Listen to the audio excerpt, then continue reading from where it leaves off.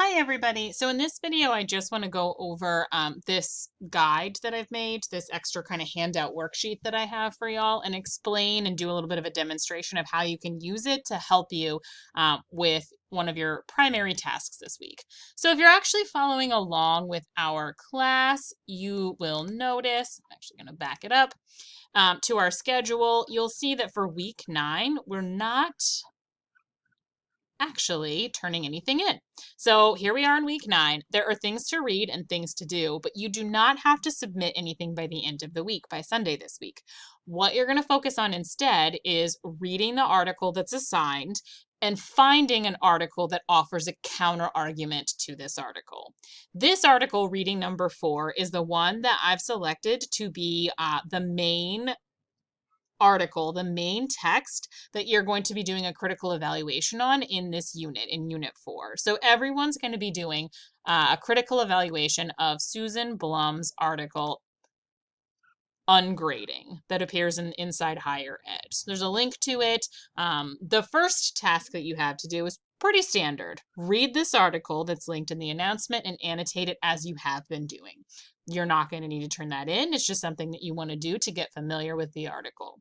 The second task that you have is to find an article somewhere, preferably in the databases, but it's up to you. You can use Google if you like. You just need to make sure that you're following the standards for CRAP evaluation. You want a good source that offers a counterpoint to this author's take on the concept of grading.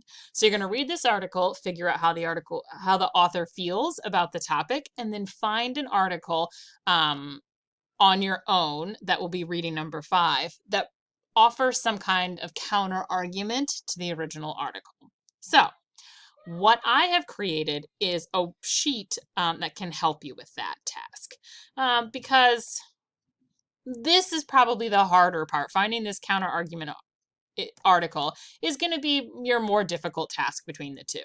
You're used to reading and annotating stuff. You're also used to searching for stuff, but I want to make sure that when you're searching for this article, you're finding one that's a clear counter argument to the original article. So again, you do not need to turn this in. This worksheet is not mandatory. I never have to see it. This is just a way of maybe helping you get to a place where you're able to find a strong counter argument article. So the first thing that you have to do before you can select an article that puts forward a counter argument to Blum's article is figure out what the heck Blum is talking about.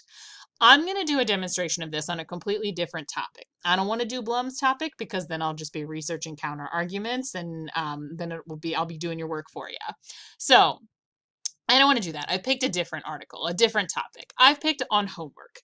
So I have this article that I found that is talking about homework, and I'm going to use that. You're going to be using the Susan Blum article about grading or ungrading, as the case may be. So here's my article. So I'm going to follow the steps. Step 1, identify the general topic of the text I'm evaluating.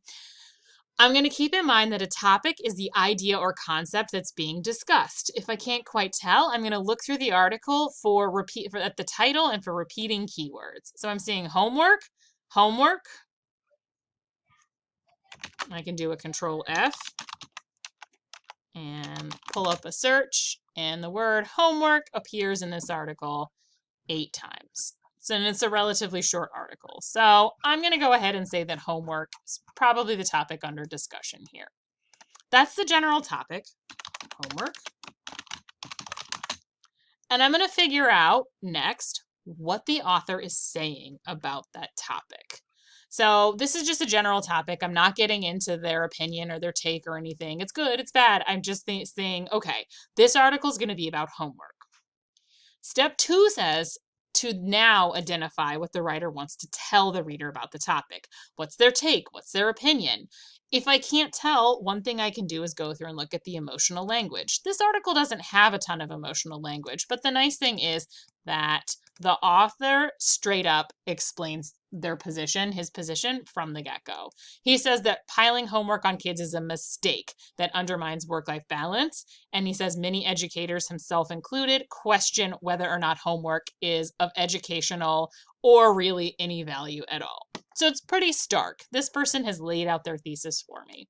So what's their topic? Homework. What do they say about it? It doesn't have value.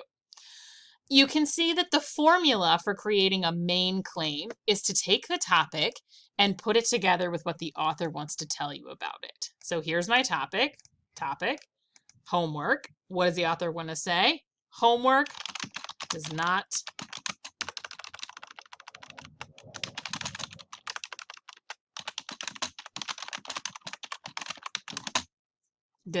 have much value to students. And I don't mean just like as in they don't like it. It doesn't provide a lot of value to students. So we'll say does, oh, and I did not say the right thing, does not have much value for students. So I played around with that a little bit. There's my main claim. Now, I have an idea of what this person is saying. I'm going to look through the article, and I know that this person says that it defeats the benefits of work-life balance,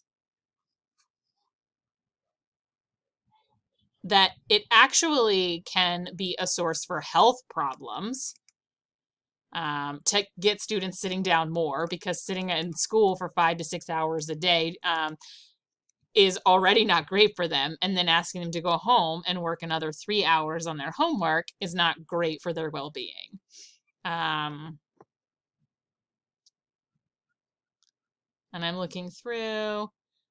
We can see right here that not all homework can be done in a home environment that is equitable across the board. Some students, it might be hard for them. They may not have quiet spaces. They may not have access to all the tools they need or the resources. So these are lots of reasons that this person is putting forward that homework is actually not of great value, and in fact can be a bad and detrimental thing. So I'll add that. Okay.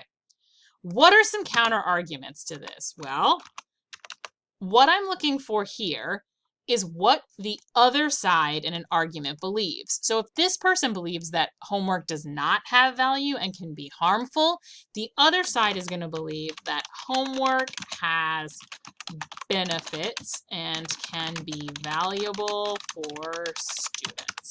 That's what the other side believes.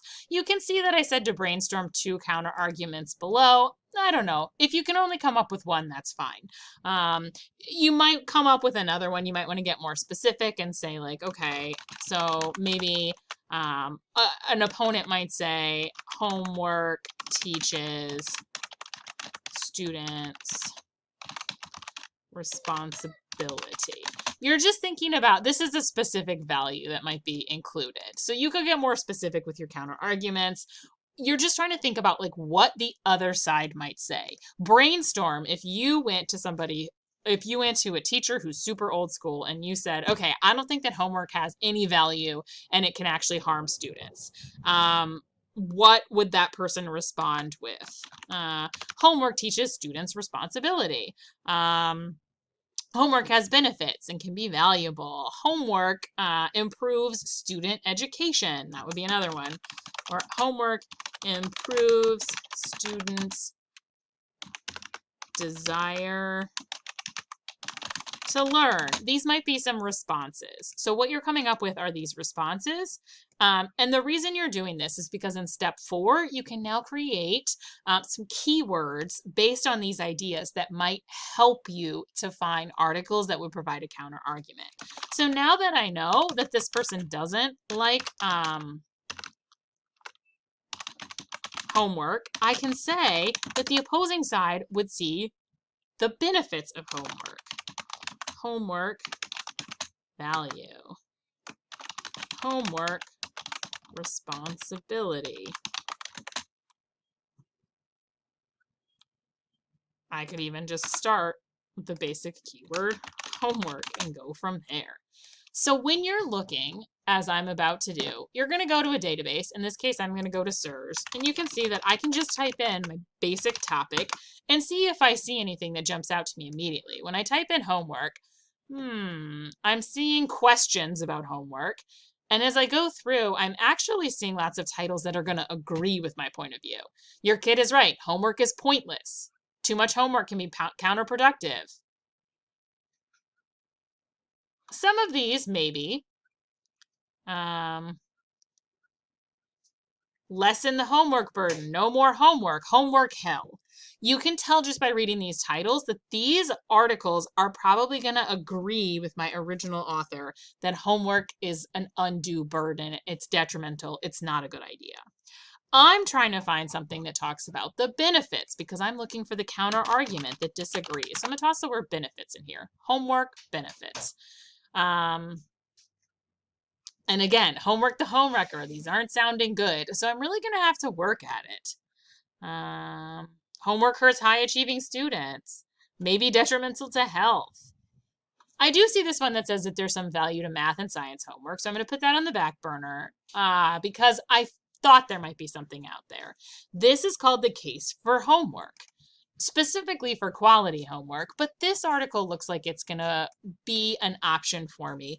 And I'm going to read the summary, particularly right here. The author of this viewpoint article asserts that while reducing or eliminating homework may be desirable in some advantaged communities, it would deprive poorer children of a crucial and empowering learning experience. This person is all about homework.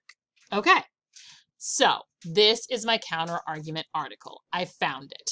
This person is going to disagree with my original author that I found. And that's what you're going to be doing for the Blum article.